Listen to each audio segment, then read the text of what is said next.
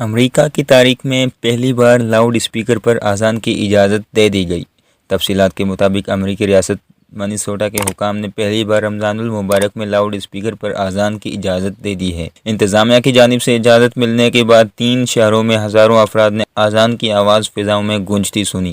امریکی شہر منیاپولس کی مساجد میں رمضان المبارک کے دوران 5 وقت کی اذان لاؤڈ اسپیکر پر دینے کا سلسلہ جاری رہے گا۔ خیال رہے کہ اس سے قبل امریکہ میں صرف اسلامک سینٹرز یا مساجد کے اندر ہی اذان کی اجازت تھی۔